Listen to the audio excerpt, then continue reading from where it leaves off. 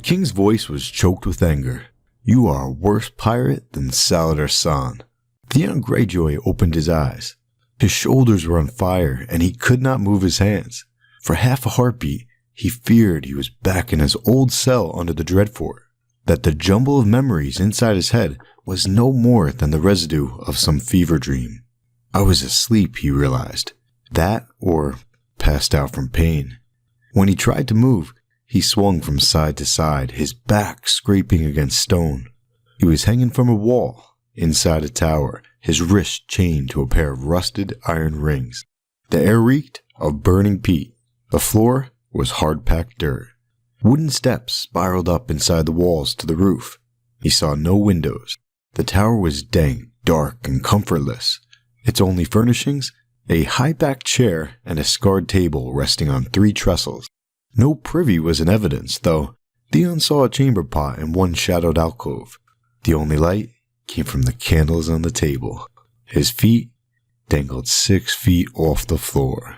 "My brother's debts," the king was muttering. "Joffrey's too, though that base-born abomination was no kin to me." Theon twisted in his chains. He knew that voice. Stannis. Theon Greyjoy chortled.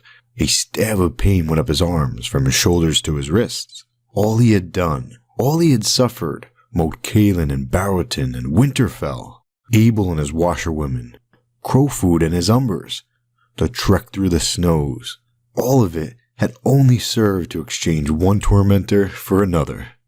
"Your Grace," a second voice said softly. "Pardon, but your ink is frozen." The Bravosi, Theon knew. What was his name? Tycho something. Perhaps a bit of heat?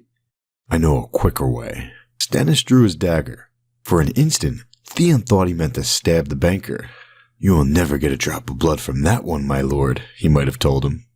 The king laid the blade of the knife against the ball of his left thumb and slashed. "There, I will sign in mine own blood. That ought to make your masters happy. If it please your grace, it will please the Iron Bank." Stannis dipped a quill in the blood welling from his thumb and scratched his name across the piece of parchment.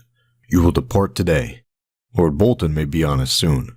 I will not have you caught up in the fighting." "That will be my preference as well." The Bravosi slipped the roll of parchment inside a wooden tube. "I hope to have the honor of calling on your grace again when you are seated on the Iron Throne." "You hope to have your gold, you mean. Save your pleasantries. It is coin I need from Bravos, not empty courtesy. Tell the guard outside I have need of Justin Massey." "It would be my pleasure. The Iron Bank is always glad to be of service." The banker bowed. As he left, another entered. A knight.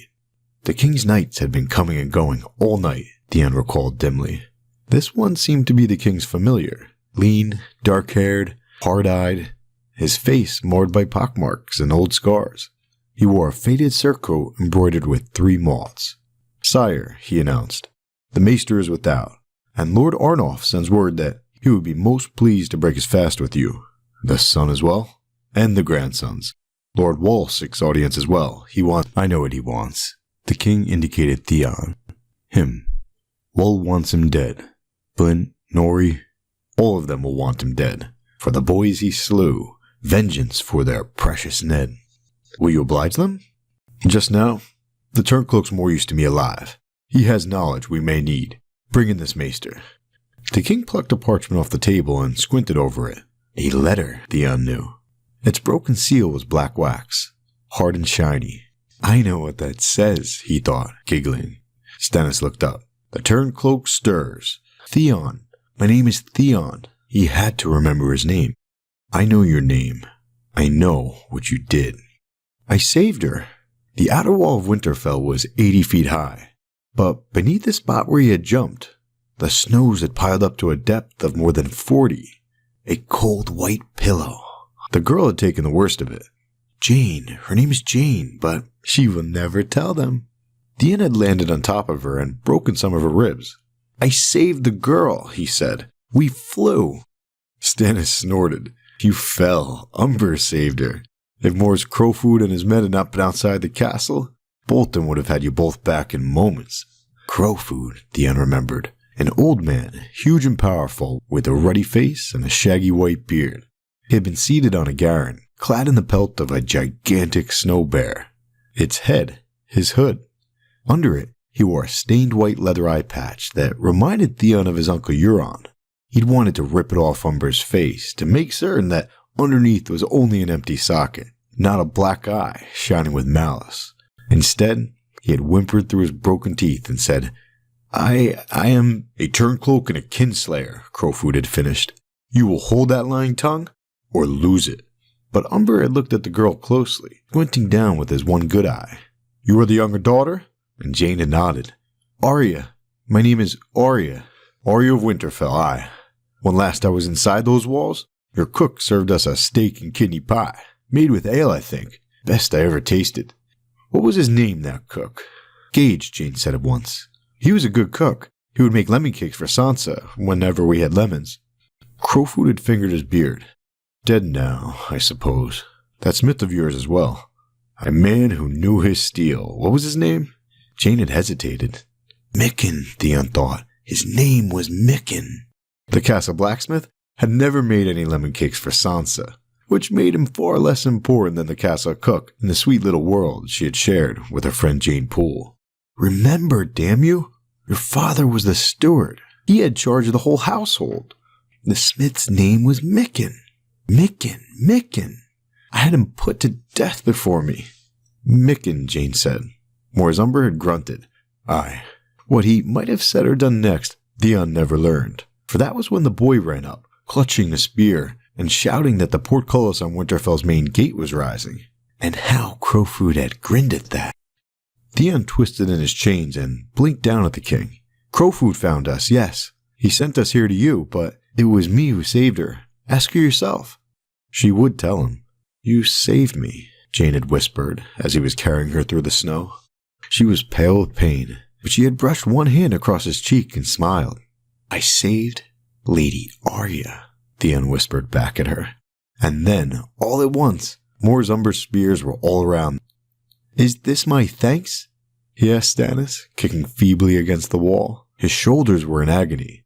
His own weight was tearing them from their sockets. How long had he been hanging here? Was it still night outside? The tower was windowless. He had no way to know. Unchain me, and I will serve you, as you served Roose Bolton and Robb Stark, Stannis snorted. I think not. We have a warmer end in mind for you, Turncloak. But not until we're done with you. He means to kill me. The thought was queerly comforting. Death did not frighten Theon Greyjoy. Death would mean an end to pain. Be done with me then, he urged the king. Take off my head and stick it on a spear. I slew Lord Eddard's sons. I ought to die. But do it quick. He is coming.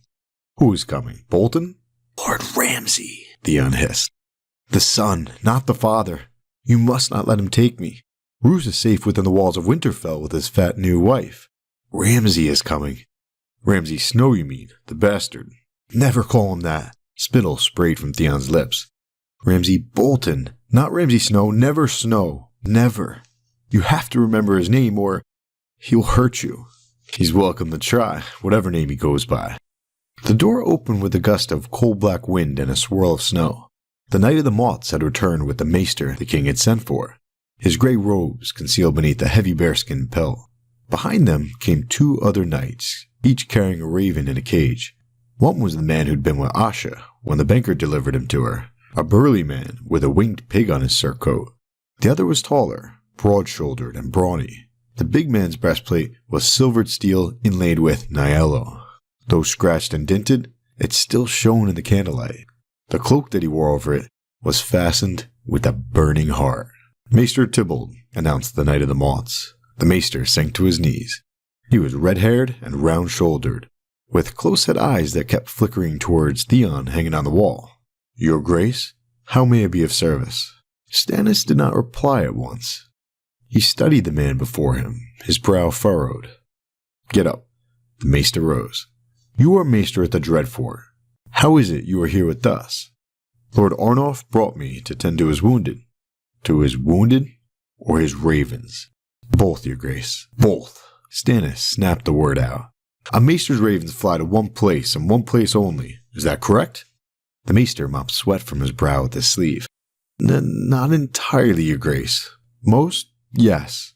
Some few can be taught to fly between two castles. Such birds are greatly prized. And once in a great while, we find a raven who can learn the names of 3 or 4 or 5 castles, and fly to each upon command. Birds as clever as that come along only once in 100 years. Stannis gestured at the black birds in the cages. These two are not so clever, I presume. No, your grace. Would that it were so. Tell me then, where are these two trained to fly? Maester Tybalt did not answer. Theon Greyjoy kicked his feet feebly and laughed under his breath. Caught! Answer me. If we were to loose these birds, would they return to the Dreadfort? The king leaned forward. Or might they fly for Winterfell instead? Maester Tybalt pissed his robes.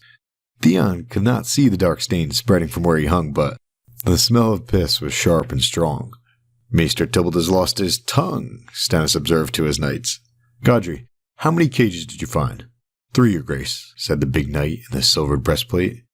1 was empty. Your grace, my order is sworn to serve. I know all about your vows. What I want to know is what was in the letter that you sent to Winterfell. Did you, perchance, tell Lord Bolton where to find us? Sire. Round-shouldered Tybalt drew himself up proudly. The rules of my order forbid me to divulge the contents of Lord Arnulf's letters. Your vows are stronger than your bladder, it would seem. Your grace must understand. Must I? The king shrugged. If you say so. You are a man of learning, after all. I had a maester on Dragonstone who was almost a father to me. I have great respect for your order and its vows. Sir Clayton does not share my feelings, though. He learned all he knows in the winds of Fleabottom. Were I to put you in his charge, he might strangle you with your own chain or scoop out your eye with a spoon. Only the one, your grace, volunteered the balding knight, him of the winged pig. I'd leave the other. How many eyes does a maester need to read a letter? Asked Stannis. 1 should suffice, I'd think. I would not want to leave you unable to fulfill your duties to your lord. Roose Bolton's men may well be on their way to attack us, even now, however, so you must understand if I skimp on certain courtesies. I'll ask you once again, what was in the message you sent to Winterfell? The maester quivered. A map, your grace. King leaned back in his chair. Get him out of here, he commanded. Leave the ravens. A vein was throbbing in his neck. Confine this grey rat to one of the huts until I decide what's to be done with him. It will be done, the big knight declared. The maester vanished in another blast of cold and snow. Only the Knight of the Three Malts remained. Stannis glowered up at Theon where he hung. You're not the only turncloak here, it would seem. Would that all the lords of the kingdoms had but a single neck. He turned to his knight. Sir Richard, whilst I'm to be breaking fast with Lord Arnulf, you are to disarm his men and take them into custody. Most will be asleep.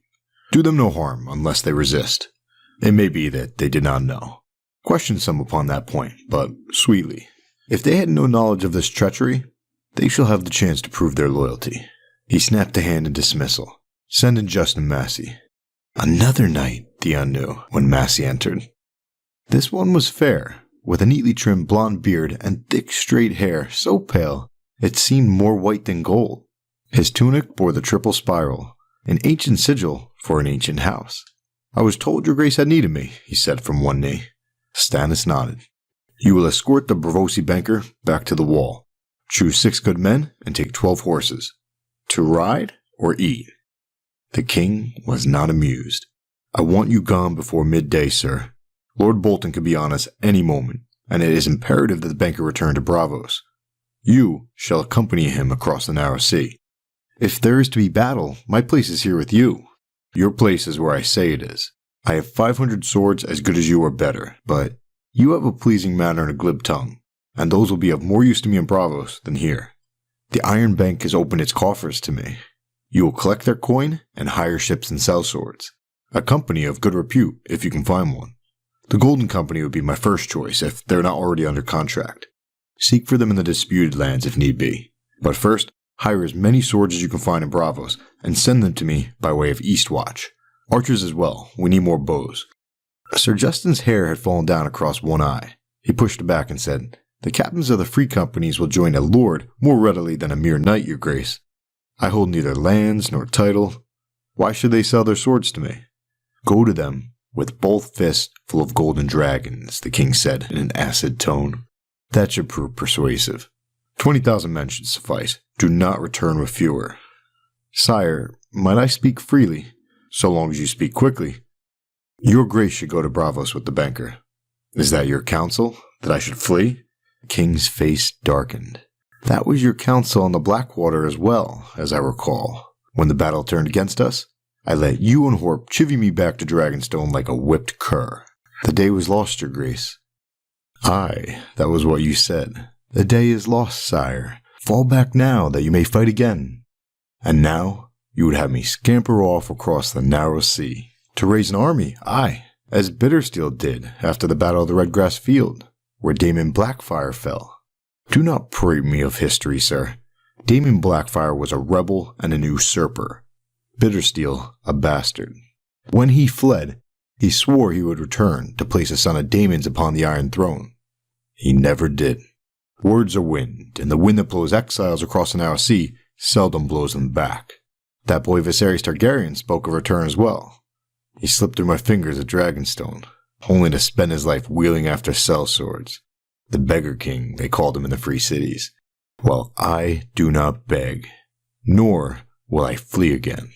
I am Robert's heir, the rightful king of Westeros. My place is with my men. Yours is in Braavos. Go with the banker and do as I have bid. As you command, Sir Justin said. It may be that we shall lose this battle, the king said grimly. In Braavos, you may hear that I am dead. It may even be true. You shall find my sellswords nonetheless. The knight hesitated. Your grace, if you are dead, you will avenge my death and see my daughter on the Iron Throne, or die in the attempt. Sir Justin put one hand on his sword hilt. On my honor as a knight, you have my word. Oh, and take the Stark girl with you. Deliver her to Lord Commander Snow on your way to Eastwatch. Stannis tapped the parchment that lay before him. A true king pays his debts. Pay it, aye, thought Theon. Pay it with false coin. Jon Snow would see through the impostor at once. Lord Stark's sullen bastard had known Jane Poole, and he had always been fond of his little half-sister Arya. The Black Brothers will accompany you as far as Castle Black, the king went on. The Iron Men are to remain here, supposedly to fight for us. Another gift from Tycho Nestoris. Just as well. They would only slow you down. Iron Men were made for ships, not horses. Lady Arya should have a female companion as well. Take Alicent Mormont. Sir Justin pushed back his hair again. And Lady Asha? The king considered that a moment. No. One day your grace will need to take the Iron Islands. That will go much easier with Balon Greyjoy's daughter as a cat's paw, with one of your own leal men as her lord husband. You? The king scowled. The woman is wed. A proxy marriage, never consummated, easily set aside. The groom is old besides, likely to die soon. From a sword through his belly if you have your way, Sir Worm. Theon knew how these knights thought. Stannis pressed his lips together. Serve me well in the matter of sellswords, and you may have what you desire. Until such time, the woman must needs remain my captive. Sir Justin bowed his head. I understand. That only seemed to irritate the king. Your understanding is not required. Only your obedience. Be on your way, sir. This time, when the knight took his leave, the world beyond the door seemed more white than black. Stannis Baratheon paced the floor. The tower was a small one, dank and cramped. A few steps brought the king around to Theon. How many men does Bolton have at Winterfell? 5,000. 6. More. He gave the king a ghastly grin, all shattered teeth and splinters. More than you. How many of those does he like to send against us?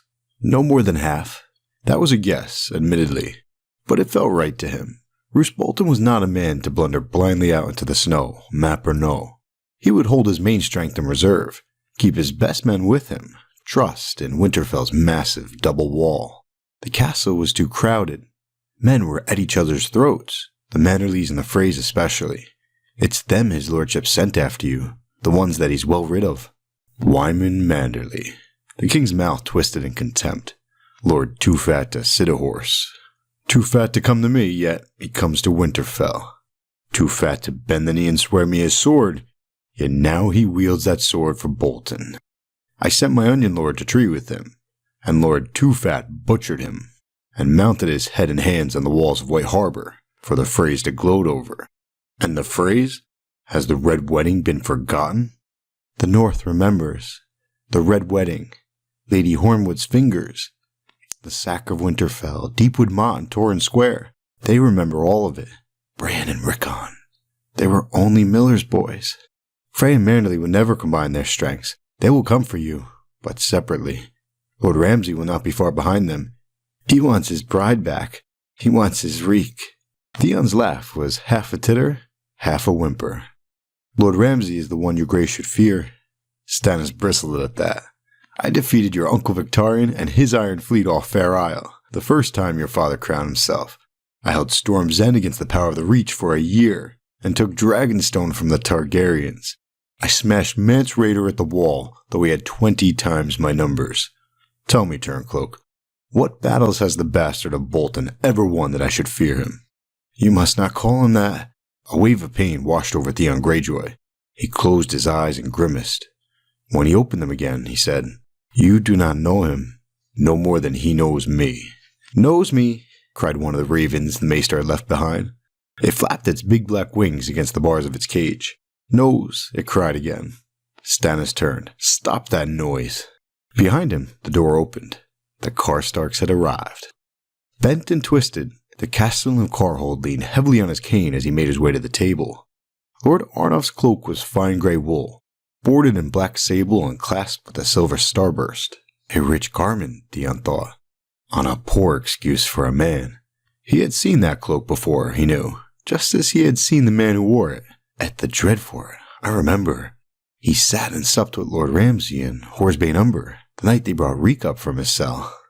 The man beside him was his only son, 50, Theon judged, with a round, soft face like his father's, if Lord Arnulf went to fat.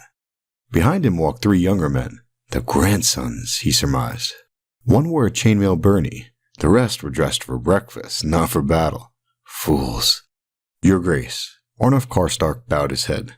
In honor. He looked for a seat. Instead, his eyes found Theon. And who was this? Recognition came a heartbeat later. Lord Arnulf paled. His stupid son remained oblivious. There are no chairs, the oaf observed. One of the ravens screamed inside its cage. Only mine. King Stannis sat in it. It is no iron throne, but here and now, it suits. A dozen men had filed through the tower door, led by the Knight of the Moths and the big man in the silvered breastplate. You are dead men, understand that, the king went on. Only the manner of your dying remains to be determined. You would be well advised not to waste my time with denials. Confess, and you shall have the same swift end that the young wolf gave Lord Rickard. Lie, and you will burn. Choose. I choose this. One of the grandsons seized his sword hilt and made to draw it. That proved to be a poor choice. The grandson's blade had not even cleared his scabbard before 2 of the king's knights were on him. It ended with his form flopping in the dirt and blood spurting from his stump, and one of his brothers stumbling for the stairs, clutching a belly wound. He staggered up 6 steps before he fell, and came crashing back down to the floor. Neither Arnulf Karstark nor his son had moved. Take them away, the king commanded. The sight of them sours my stomach. Within moments, the 5 men had been bound and removed. The one who had lost his sword arm had fainted from loss of blood, but his brother with the belly wound screamed loud enough for both of them. This is how I deal with betrayal, Turncloak, Stannis informed Theon. My name is Theon. As you will. Tell me, Theon, how many men did Mors Umber have with them at Winterfell? None. No men. He grinned at his own wit. He had boys. I saw them. Aside from a handful of half-crippled servants, the warriors that Crowfoot had brought down from Last Hearth were hardly old enough to shave. Their spears and axes were older than the hands that clutched them. It was Horsebane Umber who had the men inside the castle. I saw them too. Old men, every one, Theon tittered. Mors took the green boys and Hother took the greybeards. All the real men went with the Great Sean and died at the Red Wedding. Is that what you wanted to know, your grace? King Stannis ignored the jibe. Boys, was all he said, disgusted. Boys will not hold Lord Bolton long. Not long, Theon agreed. Not long at all. Not long, cried the raven from its cage. The king gave the bird an irritated look. The Barvosi banker claims Sir Aenys Frey is dead. Did some boy do that? 20 green boys with spades, Theon told him. The snow fell heavily for days, so heavily that you could not see the castle walls 10 yards away. No more than men up on the battlements could see what was happening beyond those walls. So Crowfoot set his boys to digging pits outside the castle gates, then blew his horn to lure Lord Bolton out. Instead, he got the phrase. The snow had covered up the pits, so they rode right into them. Aenys broke his neck, I heard. But Sir Hostine only lost a horse. More's the pity. He will be angry now. Strangely, Stannis smiled. Angry foes do not concern me. Anger makes men stupid. And Hostine Frey was stupid to begin with, if half of what I've heard of him is true. Let him come. He will. Bolton has blundered, the king declared. All he had to do was sit inside his castle whilst we starved. Instead, he has sent some portion of his strength forth to give us battle. His knights will be horsed. Ours must fight afoot. His men will be well nourished. Ours go into battle with empty bellies. It makes no matter. Sir Stupid, Lord Too Fat, the bastard, let them come. We hold the ground. And that I mean to turn to our advantage. The ground? Said Theon. What ground? Here? This misbegotten tower? This wretched little village?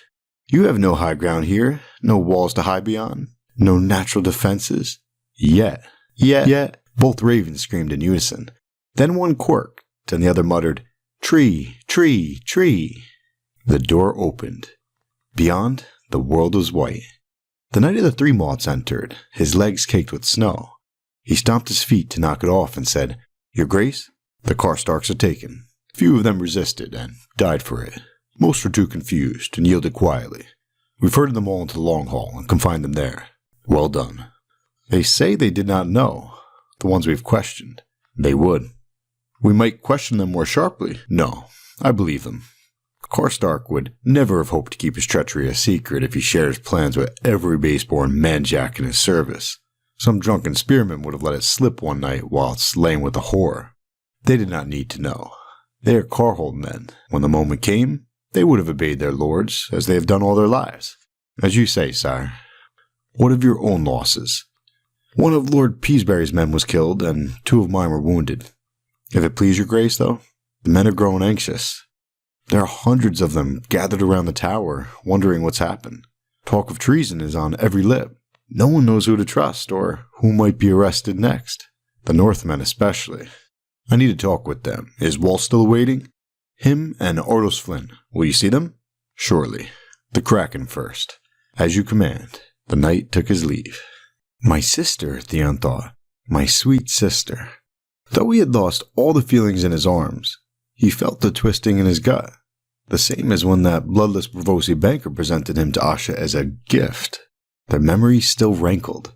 The burly, balding knight who'd been with her had wasted no time shouting for help, so they'd had no more than a few moments before Theon was dragged away to face the king. That was long enough.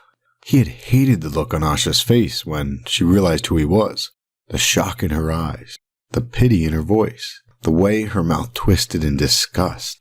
Instead of rushing forward to embrace him, she had taken half a step backwards. "Did the bastard do this to you?" she had asked. "Don't you call him that." Then the words came spilling out of Theon in a rush. He tried to tell her all of it, about Reek and the Dreadfort and Kyra and the keys, how Lord Ramsay never took anything but skin unless she begged for it. He told her how he'd saved the girl, leaping from the castle wall into the snow. We flew. Let Abel make a song of that. We flew. Then he had to say who Abel was, and talk about the washerwomen who weren't truly washerwomen.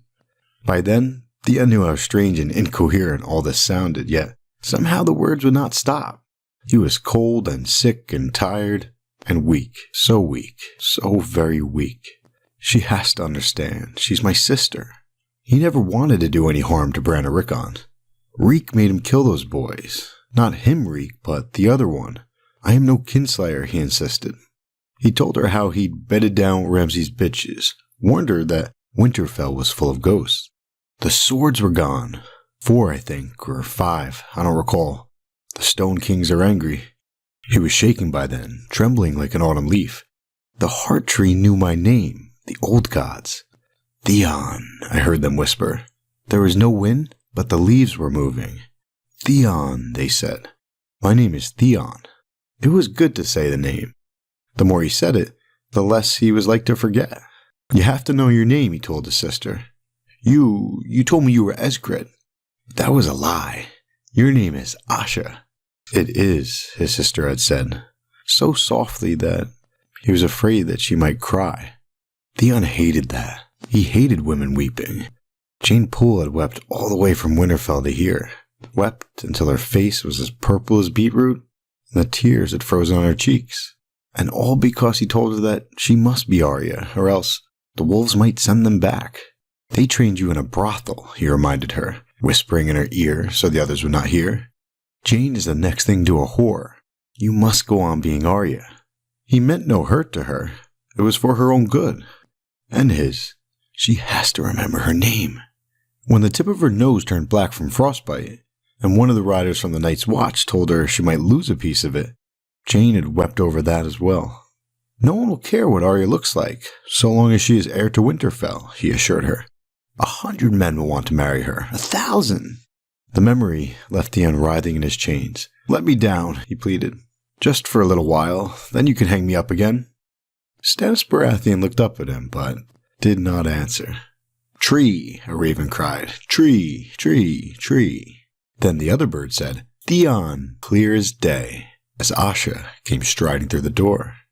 Carl the maid was with her, and Christopher Botley. Theon had known Botley since they were boys together, back on Pike. Why has she brought her pets? Does she mean to cut me free? They would end the same way as the Karstarks if she tried. The king was displeased by their presence as well. Your guards may wait without. If I meant to harm you, 2 men would not dissuade me. Ironborn bowed and retreated. Asha took a knee. Your Grace, must my brother be chained like that? It seems like a poor reward for bringing you the Stark girl. The king's mouth twitched. You have a bold tongue, my lady, not unlike your turncloak brother. Thank you, Your Grace. It was not a compliment. Stannis gave Theon a long look.